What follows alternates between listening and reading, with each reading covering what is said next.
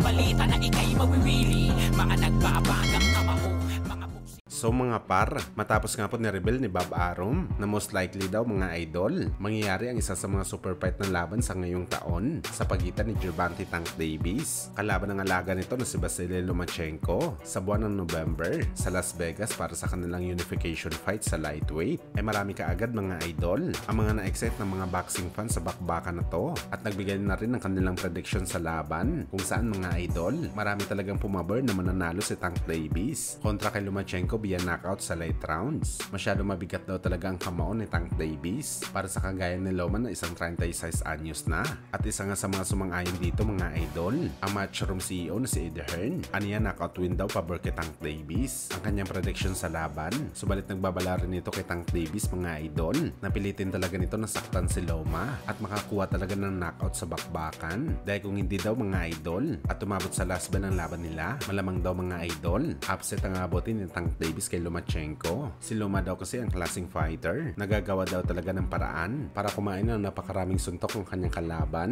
Hindi naman daw gaano kalalakas ang suntok ni Loma, pero sakto lang daw ito mga idol para wasakin ka ng paunti-unti sa bakbakan. Well, sa ngayon talaga tayo mga idol. Sa mga sinabi ni Eddie Hearn, talagang natumbok nito mga idol ang iniisip natin sa magiging outcome sa laban ni Tank Davis at Loma. Inaasahan talaga natin mga idol na manghihilamos talaga ng suntok si Davis galing kay Loma at palagay natin mga idol, mas isip pa si Davis na patamaan ni Loma. Imagine kasi mga idol, kung nakuha nga ni Lomachenko, nabugbugin sina Richard Comey, Nakatani, Jamin Ortiz, Teofimo Lopez Jr. at Devin Haney na mga natural na malalaking fighter kumpara kay Loma. Si Tank Davis pa kaya mga idol? Kaya walang duda mga idol, pagdating sa aktual na bakbakan nila, lalamang talaga si Lomachenko sa palitan ng suntok. Pero yun nga lang mga idol, depende na lang ang lahat ng to kay Loma kung paano siya mag-react sa mga suntok na tatanggapin niya kay Tank Davis. Dahil sa lahat ng malalaking fighter na mga sinabi natin mga idol na binugbog ni Loma, mas mabigat talaga si Tank Davis sumuntok sa kanila mga idol. Kaya sakto lang mga sinabi ni Eddie Hearn, knockout ang panalo ni Tank Davis kay Loma. Pero sakaling hindi ito dumating, upset talaga nga abutin ni Tank Davis sa bakbakan.